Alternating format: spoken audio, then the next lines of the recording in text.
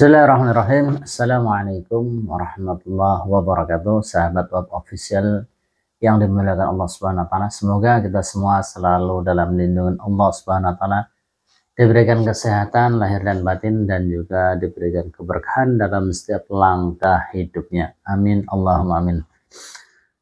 Oke, baik. Kawan-kawan sekalian, banyak orang tua yang ingin anaknya mondok di pondok pesantren. Tapi ada rasa takut, kalau salah pilih pondok pesantren, bagaimana nantinya? Anak bukannya tambah menjadi baik, malah ikut-ikutan paham yang aneh-aneh.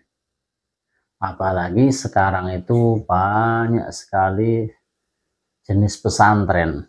Ada yang memang fokus untuk menghafal Al-Quran, pesantren tahfidz. Ada yang pesantren untuk mempelajari kitab kuning, pesantren modern, bahkan yang berafiliasi ke ormas tertentu. Pertanyaannya, bagaimana cara memilih pesantren yang tepat agar benar-benar anak ini menjadi orang yang sukses di dunia dan di akhirat? Kalau sahabat merasa video ini bermanfaat, konten ini bermanfaat, jangan lupa tekan tombol subscribe, like, dan share supaya lebih banyak orang tua yang tercerahkan dalam memondokkan anaknya di pondok pesantren. Dan juga tonton sampai selesai, karena di akhir video ini akan ada tips praktis yang bisa langsung dipraktekkan sehingga bisa memilih pondok pesantren yang tepat. Memilih pesantren itu ibarat memilih ladang tempat kita menanam benih.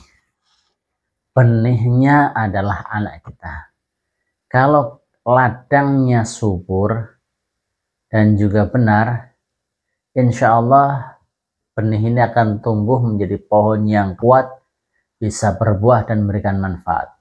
Kalau ladangnya yang salah, gersang, justru tanamannya akan gersang dan mati. Maka mari kita lihat apa kata Al-Quran, hadis, dan nasihat para ulama tentang pendidikan anak, pendidikan agama, dan pendidikan pesantren. Yang pertama, niat dan doa orang tua. Ada pondasi awal dari sabda baginda Rasulullah SAW,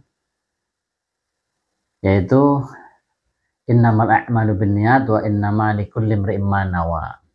Sesungguhnya amal itu tergantung pada niatnya, dan setiap orang akan mendapatkan sesuai dengan apa yang dia niatkan. Hadis ini diriwayatkan oleh Imam Bukhari dan juga Imam Muslim. Ini penting ya, niat itu sangat penting sekali, pondasi pertama. Artinya kalau orang tua niatnya memondokkan anaknya karena gengsi, karena ikut-ikutan, biar dianggap hebat, biar dianggap anak yang soleh di masyarakat, maka hasilnya sesuai dengan niatnya itu, untuk anggapan orang saja. Tapi kalau niatnya di dalam hati, ya Allah, jadikan anakku menjadi ahli Al-Quran, menjadi hafidz Quran, menjadi ahli ilmu, pejuang Islam, orang yang berakhlak mulia, maka insya Allah Allah SWT akan membukakan jalan untuk anaknya dengan serba kemudahan dan keberkahan di pondok pesantren. Contohnya nih ya, semisal ada orang tua yang memondokkan anaknya karena ikut-ikutan saja, gengsi-gengsian saja, atau biar disebut anaknya nih hebat bisa pondok pesantren. Hasilnya anak itu bisa pulang sebulan kemudian, 2 bulan kemudian, bahkan hanya setahun kemudian. Kemudian kenapa? Karena tidak tahan. Tapi ada orang tua yang memondokkan anaknya itu dengan doa setiap malam, dengan sholat tahajud, dan sabar tentunya menguatkan anak mencari penghasilan yang halal dan barokah untuk diberikan kepadanya. Hasilnya ini insya Allah anak itu akan menjadi hafidz Al-Quran, menjadi anak yang soleh dan bermanfaat untuk lingkungannya nanti. Kemudian yang kedua, pilih pesantren yang menjaga akidah ahlu sunnah wal jamaah. Penting nih. Akidah ini penting sekali. Jangan sampai kita salah memasukkan anak ke pondok yang nggak jelas akidahnya. Allah Ta'ala berfirman, wa anna hadas surati mustaqiman fattabi'u wala tattabi'us subula fatafarraqu bima'an sabilih. Dan bahwa inilah jalanku yang lurus, maka ikutilah ia. Dan janganlah kamu mengikuti jalan-jalan yang lain, karena jalan-jalan itu mencerai-beraikan kamu dari jalan Allah Subhanahu wa Ta'ala. Ini dalam Quran surat Al-An'am ayat 153. Nanti boleh dikoreksi kalau salah ya. Jadi jangan hanya melihat mungkin pesantren itu bangunannya megah atau brosur pendaftarannya yang indah, mungkin fasilitasnya pun lengkap. Yang paling penting itu sanad keilmuannya itu sampai kepada Rasulullah atau tidak. Kemudian apakah pesantren itu terhubung dengan ulama-ulama terdahulu sampai ke Rasulullah, jalur keilmuannya atau tidak. Kemudian apakah akidahnya lurus, ahli sunnah wal jamaah atau tidak. Ini penting sekali. Nah, ini tolong diperhatikan ya. Contoh misalnya ada pesantren yang mengaku pesantren modern atau pesantren salaf lah, tapi ternyata yang diajarkan kebencian kepada sesama muslim, kebencian kepada selain golongannya, selain ormasnya. Ada pula pesantren kecil mungkin di kampung sederhana, tapi kiainya, pengasuhnya, ustadz-ustadznya jelas sanad ilmunya sampai ke ulama-ulama besar, sampai ke para sahabat, sampai ke Rasulullah SAW. Hasilnya santri-santrinya jadi orang yang alim, berakhlak, dan bermanfaat untuk agama dan bangsa negaranya. Kemudian yang ketiga, ini kita lihat track record kiai, guru-gurunya, ustadznya, dan pesantren tersebut. Imam Muhammad bin Sirin rahimahullah ta'ala berkata, inna hadal ilma dinun fanzuru amman ta'khuduh dinakum. Sesungguhnya hanya ilmu ini adalah agama, maka lihatlah dari siapa kalian mengambil agama. Mengambil agama kalian. Ini dalam muqaddimah Sahih Muslim ya. Maksudnya ilmu itu bukan sekedar teori, tapi diwariskan dengan keberkahan, dengan mujahadah para guru-guru ulama. Kalau guru agamanya benar, tapi akhlaknya kasar, nggak jelas nih, nanti bisa membekas kepada santri-santri atau muridnya. Maka ini misal ada contoh, misalnya kalau kiainya dikenal dengan rendah hati, santrinya pun akan belajar menjadi tawadhu. Kalau kiainya senang berdoa malam, senang puasa Senin Kamis, akhlaknya tawadhu, santri pun akan terbawa. Maka orang tua perlu meneliti, bukan hanya mendengar cerita. Nah, penting itu ya. Kemudian poin yang keempat, perhatikan kurikulum pesantrennya.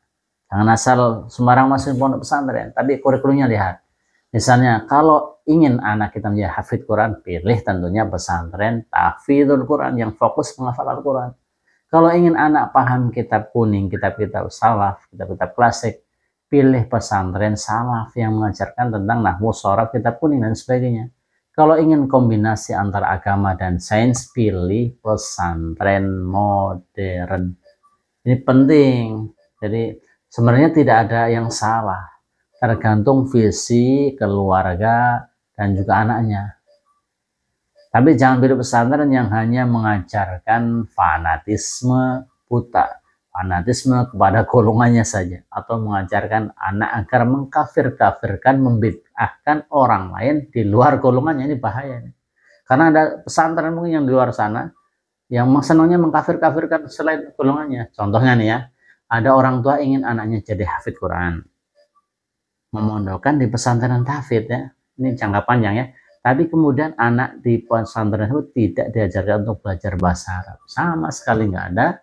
Akhirnya setelah lulus memang jadi hafid Quran, tapi mungkin untuk memahami, mentafsirkan Al-Quran kesulitan memang karena nggak diajari untuk belajar tafsir Quran atau bahasa Arab. Nanti bisa melanjutkan jangka selanjutnya itu ke pesantren yang fokus untuk belajar kitab-kitab salaf seperti itu. Kemudian yang kelima, pesantren itu bukan hotel tapi madrasah kehidupan. Ini penting ya. Imam Ghazali rahimahullah ta'ala berkata, as-sabru miftahul faraj. As-sabru, kesabaran, adalah miftahul faraj, kunci daripada segala kelapangan.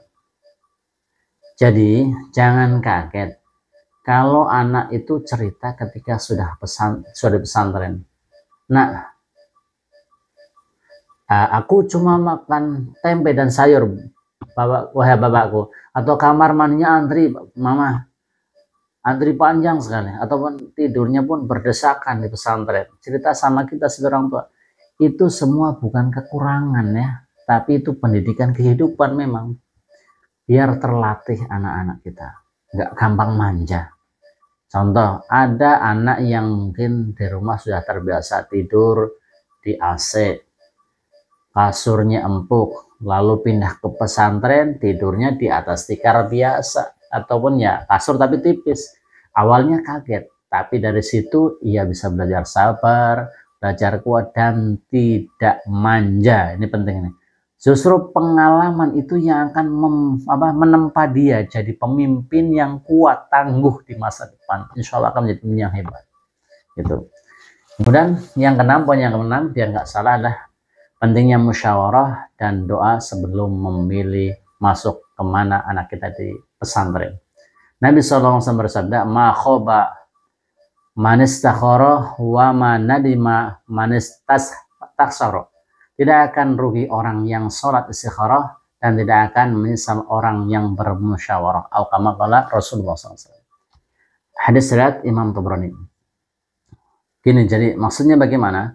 Jadi sebelum memutuskan kemana anak kita masuk pesantren, lakukan dua hal minimal. Yang pertama itu sholat istikharah. Tentunya setelah kita meninjau ya semuanya, minta kepada Allah tunjukkan jalan yang terbaik, yang mana yang menurut Allah baik. Kemudian musyawarah. Ini musyawarah penting dengan para ustadz, guru-guru, para ulama yang terpercaya, yang paham tentang pondok pesantren. Contoh misalnya nih, contoh kejadian, ada orang tua yang asal pilih pondok pesantren hanya karena mungkin megah, mewah, ataupun karena rumahnya dekat dengan pesantren tersebut. Setelah beberapa bulan ternyata anaknya tidak nyaman, tidak betah di pesantren, dan bahkan kabur. Nah, mungkin karena kurikulumnya yang tidak sesuai. Sementara orang tua lain sebelum masukkan pondok pesantren istikharah dan musyawarah dengan ustadz-ustadz ulama yang paham.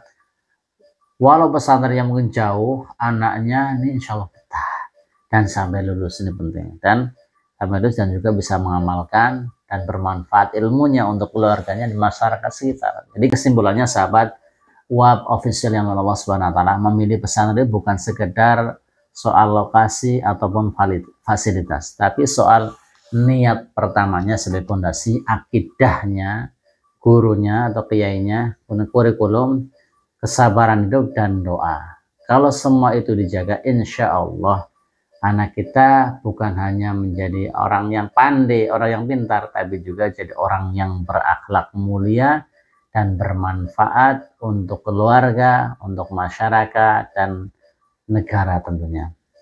Jadi kalau sahabat-sahabat sekalian setuju, tulis komentar. Saya siap memondokkan anak saya di pesantren dengan doa dan pilihan yang terbaik, insya Allah. Jangan lupa ya, jangan lupa nih like ya video ini, kemudian share dan subscribe WAB official, biar makin banyak orang tua, wali santri yang tercerahkan tentang pondok pesantren, dan juga tidak salah tentang memilih pondok pesantren lagi. Sekian dari kami, semoga bermanfaat. Assalamualaikum warahmatullahi wabarakatuh.